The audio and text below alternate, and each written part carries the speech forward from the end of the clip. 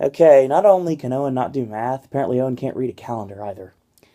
Because technically this is December 10th. Last week was December 3rd, and the first one, which was before I even left, was the 27th. So, yay, I'm an idiot. All right. Now, this was put together, actually, if I remember correctly, wasn't this like the vehicle ride to or from Athens one time? Like recently to come up with this idea to do this one? I don't remember. We are trying to figure out like certain different movies that have been made out of Broadway adaptations and what would go really well with either one of these. And it ended up being that they go well with each other. So this is going to be what happens when Chicago faces off against Dreamgirls. AJ, your spotlight is your cryptic comment if you were paying attention. Take it away. Well, it's also worth noting that besides the obvious, another thing these have in common is the writer and director of Dreamgirls is Bill Condon, Correct. who is also the screenwriter for Chicago. Very nice. So, Cryptic comment could have been Condon, yeah. actually. And then they would have thought it was Breaking Down Part 1 versus Breaking Down Part 2. I will assure you right now, I don't see any way possible we ever do Twilight on Versus. Well, here's the thing. I will tell you first off that both of these movies are a lot better than the Bill Condon movie we just reviewed, which was The Fifth Estate. No lie. Okay,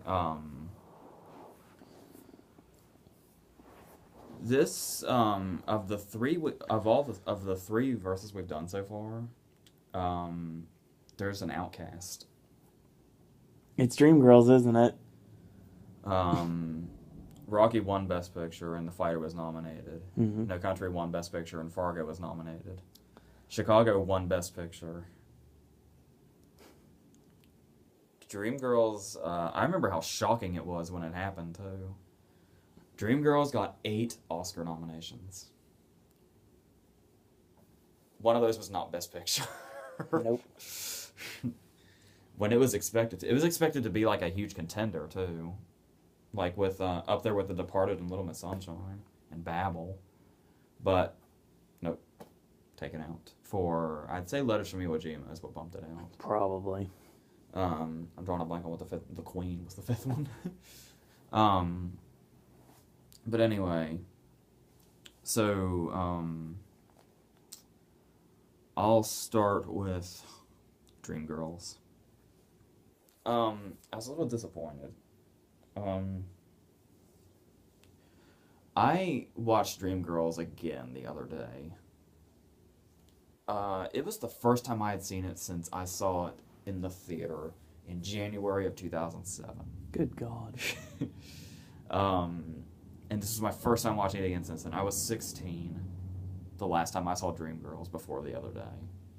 And I really, really loved it.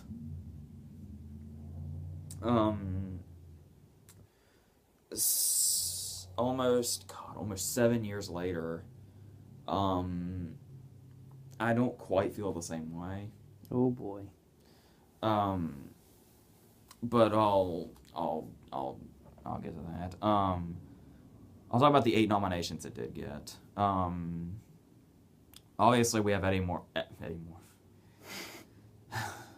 Murphy for Best Supporting Actor. Everyone thought he was going to win, too. Yeah. Even Art direction, costumes, and 3 of the songs. It won Best Supporting Actress for Jennifer Hudson. And I think sound mixing. Yeah. It's, alright, well, we start off the way all musicals start, basically. Chicago included. You have something going on the stage while we see the hectic backstage stuff. Obviously. During a show. It's some talent show. And you have the 3 girls out there. It's Beyonce, it's Inigo Noni Rose, and it's Jennifer Hudson. And they're basically discovered by Jamie Foxx.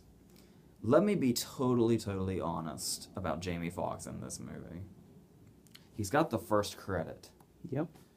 And he's the one that basically, discovers them and, goes through everything and all that. He ends up basically becoming the villain of the movie. Of course. Up until I watched it again the other day, I totally forgot what he did in it. Like for the longest time over these years, whenever I would think of Dreamgirls, for the longest time I forgot Jamie Foxx was in it. Because all the attention is on Eddie Murphy and Jennifer Hudson, and then, you know, Beyonce, obviously. Yeah. So, because Beyonce is Beyonce. Who apparently said fuck you to Goldmember and said she basically considers this her first movie. Wow. I think she meant as a serious actress. So. Yes, of course. So it wasn't really like a direct fuck you to Goldmember.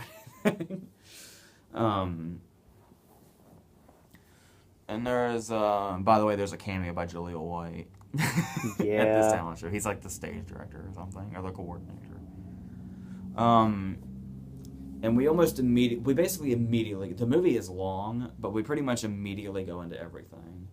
Basically, Jamie Foxx is looking for backup singers to go on with Thunder Early, who is Eddie Murphy. Yep. But nobody wants to back up for him because he's basically like slept with and shunned and heartbroken almost every singer in the industry. Yep. But of course they're young and naive and want to get work, so they'll back him up because he's famous and, you know, a heartthrob to them, basically. And immediately it's Inigo Rose that unfortunately falls for him. Even though we learn that he's married, because he's so proud of it too. Like, they're on the bus and he's like trying to pick her up and he's like this close, and then he brings up his wife and she's like, wait a minute, you're married? I don't want to have anything to do with you. And she gets up mad and she leaves, and he just sits back with a drink and says, oh, I guess it'll take 2 weeks then. And sure enough, right up until his death, they're together, basically, behind his wife's back. You have three, they all go in different directions. Then you have, it's Beyonce that ends up married to Jamie Foxx's character, which there isn't a whole lot of build-up to. Nope. They're just kind of there, and then there's a jump in time, and then they're married. This movie does that a lot. You just kind of have to accept shit as it happens, because there's really not a lot of build up to it. And then, of course, there's Jennifer Hudson, who is halfway through the movie we learn is carrying Curtis's baby. Curtis is Jamie Foxx, obviously. Yep. And she does her big Oscar moment. The big song. A lot of people assume. I've always been in this boat too. After a rewatch, I kind of understand. But for the most part, I always hated Jennifer Hudson's win for this. Mm-hmm. Especially, it's pretty much agreed upon, I think, by most people now that the only reason Jennifer Hudson has an Oscar is because of that fucking song. Yeah, I can see that. If that song had not been here, there's an outside chance she would have been nominated. But because of that one song, obviously, she's won one now. And it brings down the house. And it did it when it was performed in the ceremony, too. So, yeah, I don't even remember which 3 songs were nominated. Listen, the song towards the end was one of them, and then 2 more. I don't even remember what they were. Well, I'm telling you, I'm Not Going, obviously, is the song that won. The song my favorite is Patience. Yeah. Patience is my favorite song of the movie for a lot of reasons, and it was not nominated. The Hudson song wasn't nominated. Patience was. Yeah. I don't believe it was. Well, regardless, they all lost to that song from, I think the song from An Inconvenient Truth won. Yeah, because that was really bizarre for that to happen. Yeah. Yeah, they snubbed it for picture, they snubbed it for director, and all 3 songs nominated lost. So we just hated this movie, apparently. Eddie Murphy losing to Alan Arkin at the very last minute, that was fucking weird. Yeah. Because there was that thing where people thought he claims still to this day, he went home to be with his family because it was late. But most people thought he left after his category because he was pissed off. I can see either being true, so... Yeah. To avoid being one of those, or Hollywood's full of themselves people, I'll say that he was telling the truth. Okay with that. But yeah, this is another one of those, what were we just talking about recently? Winnie Mandela. Yeah. The other Jennifer Hudson movie.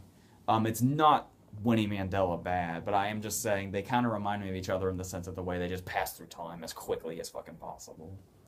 Which is okay for Dreamgirls, because Dreamgirls is already long. It doesn't feel long, but it's long to the point of where, had they not sped it up the way they did, it probably would have been fucking 3 hours. So I suppose that's good that they did that. There's just not a lot of room for there's not really a lot of development here. There are so many songs they wanted to pack into it. But that is the problem with Dreamgirls. I do really like the movie, but I find it really off that, apart from Jennifer Hudson's big thing, and the one song at the beginning, I don't think any of the songs in Dreamgirls are memorable. Like the numbers look good, like the numbers are like well choreographed and all that. Yeah. And they're well done, but the songs themselves, none of them really stand out to me. Which is the exact opposite of another movie we're about to talk about, where most of the songs are recognizable.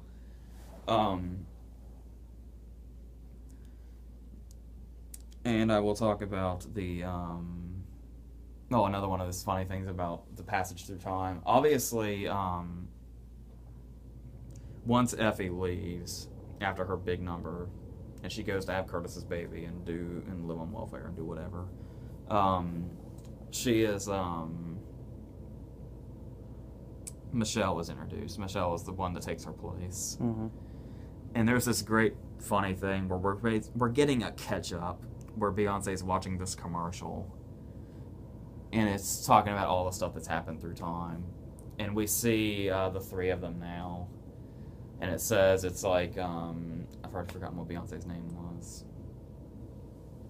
Well, it's her, Laurel, and Michelle, and it's the three of them. But from where they used to have Jennifer Hudson in that group, Effie, you can see where it's like the two of them back to back, and then Michelle was just like photoshopped in there.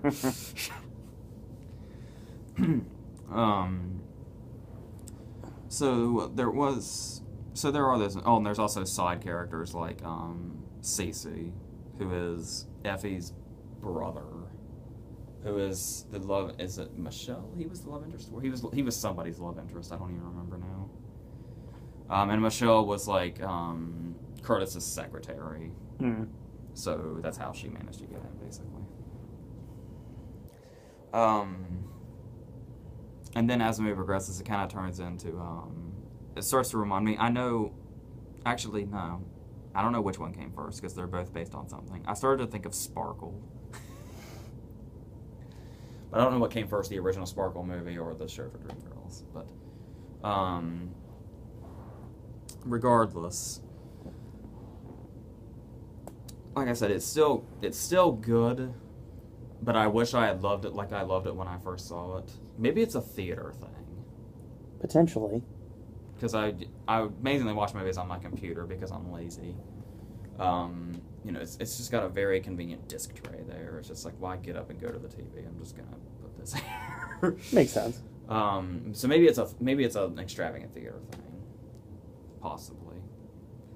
And as far as the performances are concerned, like I said, Jennifer Hudson isn't. I don't hate her win as much as I did, because I suppose there is more to her performance than just the one song, but But then there's Eddie Murphy, who I can't stress enough was really, really, really, really expected to win the Oscar for it. I remember that. Some people blame Norbit. Because Norbit came out during Oscar season. Yeah. And put a huge cyst on his career. People thought that might have been where the Academy's minds went. I don't think that has anything to do with it, because Natalie Portman did Your Highness during award season, and it didn't affect her. So yeah. I don't really. Thunder Early acts a lot like Eddie Murphy. Thunder Early is Eddie Murphy in every single way possible. Eddie Murphy's performance mainly comes from when he's on the stage. Yeah. Because when he's off the stage, unless he's doing, drugs, every now and then he's got to put his serious face on. But for the most part, I never really saw you know. I mean, it would have been very, very interesting to see Eddie Murphy win an Oscar, but if he had, I don't think it would have been a very appreciated win. Okay. I think it actually might help people's perception of this performance that he didn't win. Because I don't see, like, I mean, it's not a bad performance at all. No. But I wouldn't have even nominated it, really, because it's just, you know, I just wouldn't go that far with how good it was. It's also worth mentioning that there is a scene where Beyonce is getting ready to possibly do a movie. Like, Curtis is trying to get this Black Cleopatra movie off the ground. Yep. It's probably going to flop badly, and he has, like, mob money invested in it. And there's this producer and writer trying to get her to do another movie. The producer is John Lithgow, and the writer is John Krasinski. Yeah. And they have this one scene.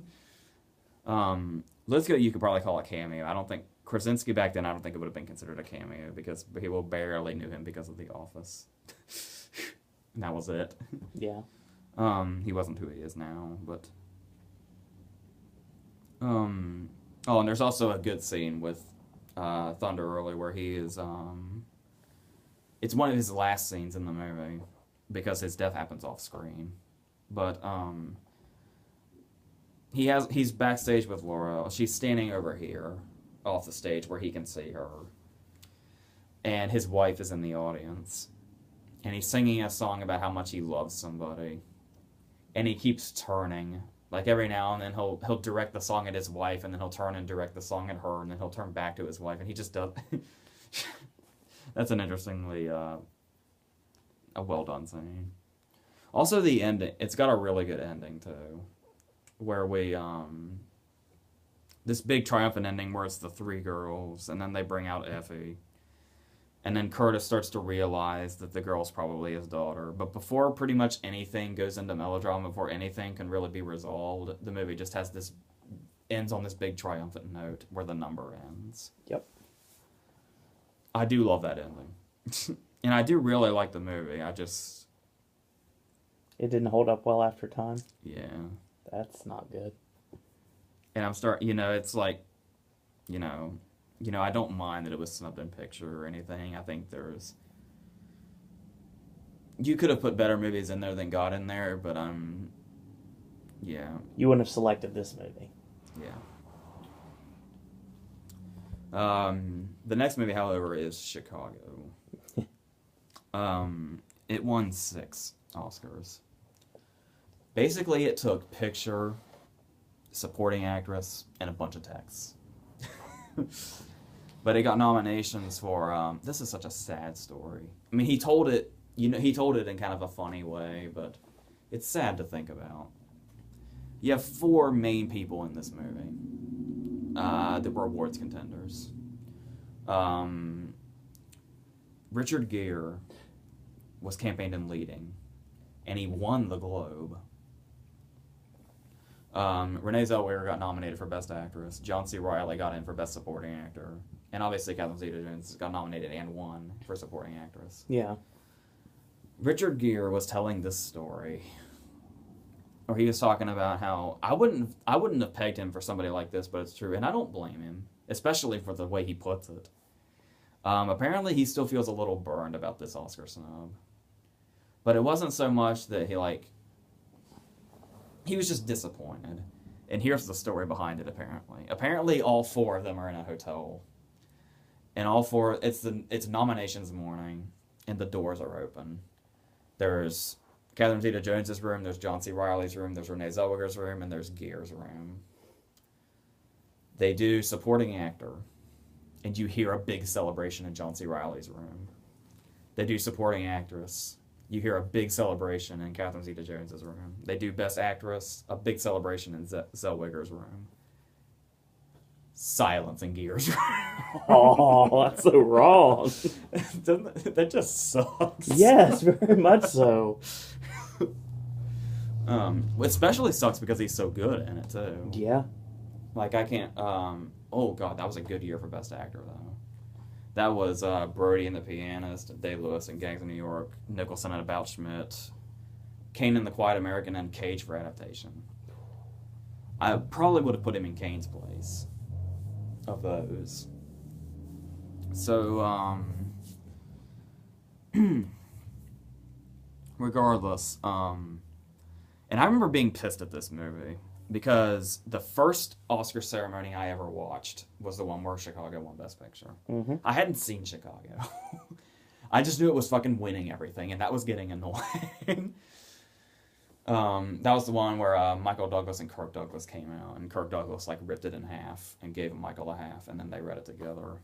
Even though it's one word, I can't imagine it had much. Well, it had the producers' names on it, so there was that. And of course, you know, he gets to announce the movie for Best Picture that his wife won for that night. But regardless, I don't know. That was just the way I was when I watched the Oscars when I hadn't seen the movies. If the same movie kept winning, I suddenly hated that movie. You must be just like a lot of the mainstream audiences are now when stuff like The Artist wins and stuff like Slumdog Millionaire wins that they've never heard of. No, but when I finally saw this when it came out on DVD, I was very pleased. Which I really wasn't into musicals back then, so it really surprised me how much I liked it. And how much it's held up. I've seen it probably 4 times, which for a musical, for me, is a lot of times. Well, it's weird because we actually never officially got this movie. Yeah, we had like that sneak peek. We had 4 sneak preview weekends, and that was it. We never actually got the movie. And I actually watched it twice in that time frame. So it's an awesome movie to see theatrically, and I wish you could have seen that opportunity. So, where should we start? I guess we'll talk about, the build-up is basically, we see, one of the very first things we see is Taye Diggs playing the piano.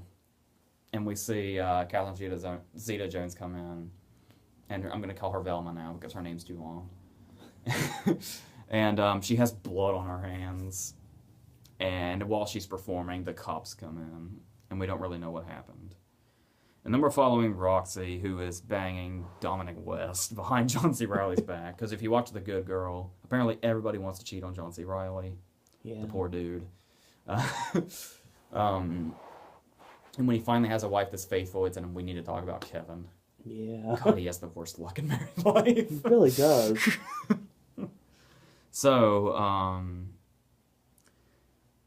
she kills Dominic West in a rage because he basically tells her that he knows a guy that's going to get her famous to bang her. But then when he confesses, I just wanted a piece of that, he grabs her ass while he says that. And she gets pissed off and shoots and kills him. But, and she's going to, Amos, who is John C. Reilly, is the ever-loyal husband who's going to take the blame for it. Until he realizes, when the neighbor rats him out, that she was actually cheating on him with Dominic West. He says everything but take her ass to prison. So she goes to prison where she happens to be with Velma and all the others. And matron Mama Morton, who is Queen Latifah. I forgot to mention that. She was nominated too. Mm-hmm. So,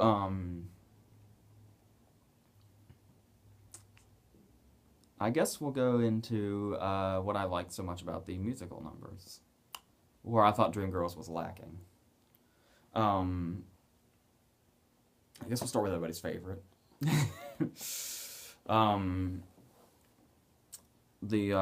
talk about we'll talk first about how much I actually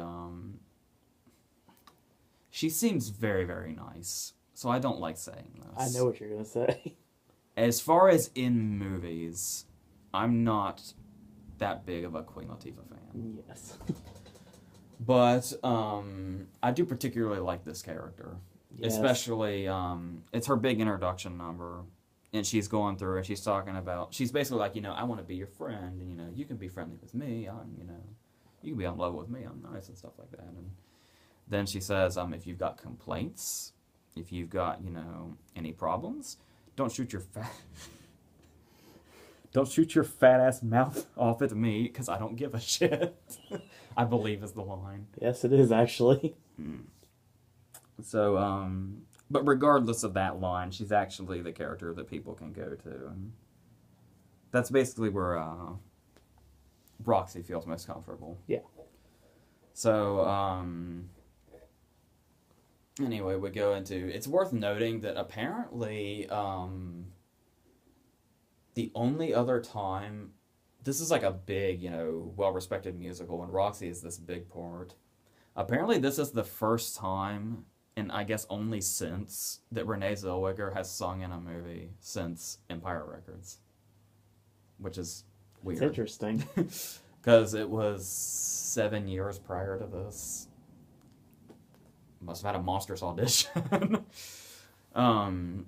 So let's talk about Catherine Zeta-Jones since we're going into this song now.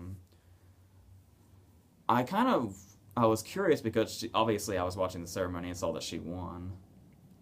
I thought back then to me it was a weird concept that an actress could win for a musical, but Catherine Zeta-Jones is fucking ferocious in this movie. Yes.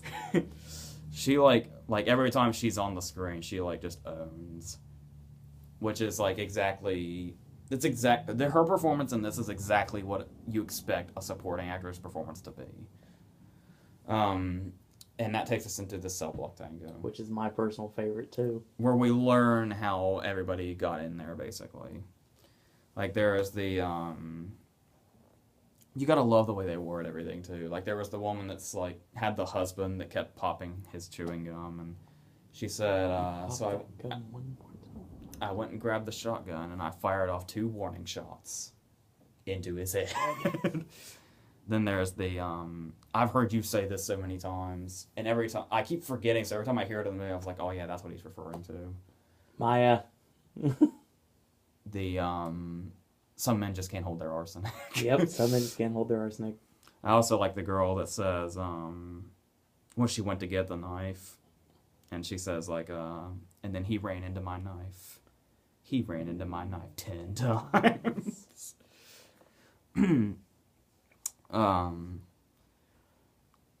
Yeah, that song just gets really out of control too. I think that's probably the most memorable number. I'm not of gonna the lie, movie. there were many times I would just... No, it's the second most memorable number of the movie. We'll get to my personal favorite in a minute. Well, mine's coming up soon, too. We'll talk about the characters. We talked about how Catherine Zeta-Jones is. There's basically a musical number to describe the importance of every character. Yeah. Roxy gets her own number. Yep. I love when Renee Zellweger tends to get some hate as an actress, which is probably why we haven't seen her too much that often. She looks so different now. She's had like really weird. She had surgery to like open her eyes, to my understanding, because everybody knew her as the squintiness. Yeah. It's like a totally different person. So, unless I just saw a heavily doctored picture, but she looks like a totally different person now, and it's weird. But I love her character too, just the meekness of it. Like, it's not like we saw a really bad side to her when she killed Dominic West and then got pissed off at Amos for not taking the heat for it. But then when she's in prison, she's like just this meek, almost nothingness. Like when Queen Latifah's asking her what she's gonna say to the judge, and she's like, "Well, I thought I would just tell the truth." And she's like, "Well, you do know that telling the truth is a one-way ticket to the death house." And her response to that is, "Oh, Mother of God." And then she says something else, and then she's like, "Oh, Jesus, Mary, and Joseph." And then Queen Latifah just says, "You're asking the wrong people."